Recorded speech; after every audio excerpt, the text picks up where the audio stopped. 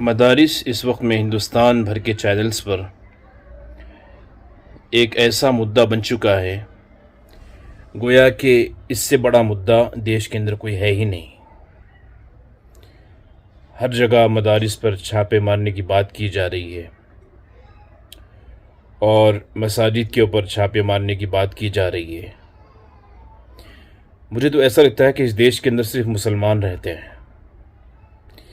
इस देश के अंदर सिर्फ मदरसे हैं, मस्जिदें हैं, दूसरे धर्म के कोई लोग नहीं रहते। अगर दूसरे धर्म के कोई लोग रहते यहाँ पर तो न्यूज़ चैनल्स पर दूसरे धर्मों के आश्रमों को, मंदिरों को और दीगर आस्थाओं को बतलाया जाता। लेकिन सुबह से लेकर शाम तक हर न्यूज़ चैनल पर एक ही मुद्दा नज़र आता है कि मुसलमान, मस्जिदें, मदरसे, मुसलमानों की आस्थाओं से जुड़े हुए मुद्दे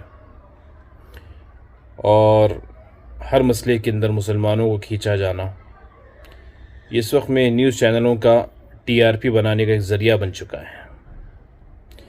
मैं हिंदुस्तान भर के तमाम न्यूज़ चैनल से कहना चाहता हूँ कि मुसलमान इस वक्त में आपकी रोटी और आपकी रोज़ी का ज़रिया बन चुका है। शुक्र मनाएं आप लोग कि इस मुल्क के अंदर मुसलमान हैं। इस मुल्क के अंदर मुसलमान होने की वजह से आज न्यूज़ चैनल चमक रहे हैं। इस मुल्क के अंदर मुसलमान होने की वजह से आज बीजेपी पावर में है। बीजेपी जो पावर में है उसकी वजह हम मुसलमान हैं, उसकी वजह हम मदारिस में पढ़े हुए बच्चे हैं। अगर हम इस देश के अंदर ना होते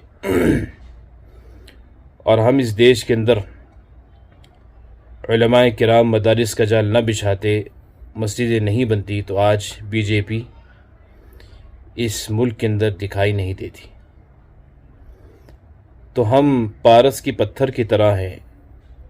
जो भी न्यूज़ चैनल मुसलमानों को छू लेता है उसकी टीआरपी बढ़ जाती है, और जो भी बीजेपी का कारिंदा या बीजेपी का कोई वर्कर किसी मुसलमान की आलोचना कर लेता है तो वो हम मुसलमान की वजह से हीरो बन जाता है। तो मेरे देश के चंद पॉलिटिकल गद्दारों और मेरे देश के कुछ ऐसे गोदी मीडिया जो बिके हुए हैं इस देश को बर्बाद करने पर, और जो बिके हुए हैं चंद पैसों के लिए इस मुल्क की मोहब्बत को, अमन और शांति को बर्बाद करना चाहते हैं, वो सुन ले कि मुसलमान न कभी आतंकवादी था, न कभी है, न कभी रहेगा। आतंकवादी तुम लोग हो। तुम लोग आतंक को बढ़ावा देते हो, और चंद पॉलिटिकल पार्टियां हैं जो चाहती हैं कि इस मुल्क के अंदर आतंकवाद बढ़े, और बहुत सारे न्यूज़ चैनल्स इस काम पर लगे हुए हैं कि इस मुल्क के अंदर हिंदू और मुसलमानों के बीच में दूरी किस तरह पैदा की जाए।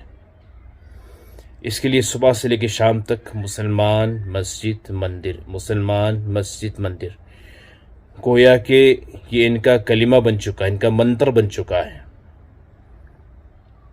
और नालायक, बेवकूफ़, अहमक, जाहिल, कम अक़ल जब पॉलिटिकल लीडर्स और जर्नलिस्ट जो कम अक़ल, तंग जहन होते हैं, जिनके दिल और दिमाग के अंदर नफ़रत का बीज बोया जाता है, वो लोग ऐसे ही बात करते हैं।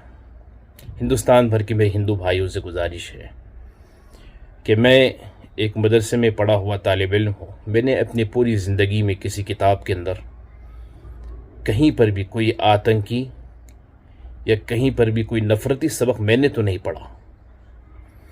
लिहाजा आप लोग जितने भी मदारिस के बारे में प्रोपेगेंडा न्यूज़ चैनल्स पर किया जा रहा है या कोई पॉलिटिकल लीडर की तरफ से बतलाया जा रहा है, वो सरासर झूठ है। इसके अंदर कोई भी हकीकत नहीं। मेरे कई हज़ारों दोस्त हिंदू हैं, मेरे कई हज़ारों दोस्त, मेरे साथ में रहने वाले मेरे दोस्त कई हिंदू दोस्त हैं। उनसे पूछ ली एक मरतबा कि इरफान साबरी मदरसे में पढ़ा हुआ एक तालिब इल्म है, तो वो कभी तुमको किसी आतंकवाद के बारे में या कभी आतंकी ख्यालात का इजहार किया है? आपको झूठ बोलने से मिलता क्या है?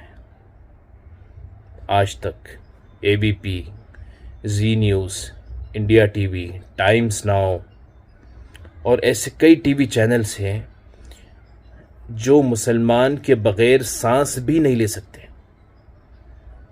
और ऐसे कई पॉलिटिकल लीडर्स हैं बीजेपी के जो मुसलमान का नाम लिए बगैर सो ही नहीं सकते। भाई जब इतनी आप लोगों को मुसलमानों से मोहब्बत है तो आ जाओ इस्लाम में, पढ़ो कुरान को, पढ़ो अल्लाह के नबी के हदीस को, आओ मदरसों में। मैं तमाम हिंदुओं को दावत देता हूँ कि आप लोग आएँ मदरसों के अंदर, आप लोग 40 दिन गुजारें कुरान व सुन्नत के खूबसूरत मोहब्बत भरे माहौल में। हिंदुस्तान भर के तमाम TV चैनल्स के एंकर्स को दावत है और तमाम हिंदुस्तान के बीजेपी के नफ़रत भरी लीडरों से गुजारिश है मेरी कि वो आए और हमारे साथ 40 दिन तक आप मदरसे में रहें, कुरान पढ़ें, अहादीस पढ़ें, प्यारे हबीब सल्लल्लाहु अलैहि वसल्लम जो मेरे और आपके हम सब के आका हैं उनकी तालीमात को पढ़ें, समझें। उसके बाद 40 दिन होने के बाद में आप मदरसे से बाहर निकलकर उस वक्त में मीडिया पर आप बतलाएं कि मदरसों में क्या पढ़ाया जाता है। मेरे हिंदुस्तान के खूबसूरत हिंदू भाइयों, मुसलमान भाइयों, आपस के भेदभाव को ख़त्म करें।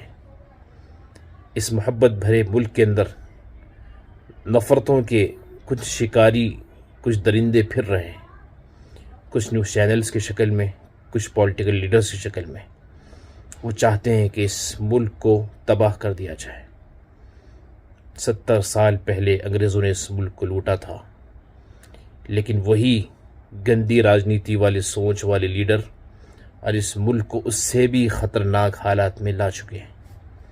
गुजारिश है मेरे भाइयों कि आप मदारिस को टारगेट ना करें, मंदिरों को टारगेट ना करें, मस्जिदों को टारगेट ना करें। टारगेट उन एंकरों को करें, टारगेट उन नफ़रती आतंकी पॉलिटिकल लीडर्स को करें जो इस देश को बांटना चाहते हैं। अस्सलामु अलैकुम रहमतुल्लाह। जय हिंद।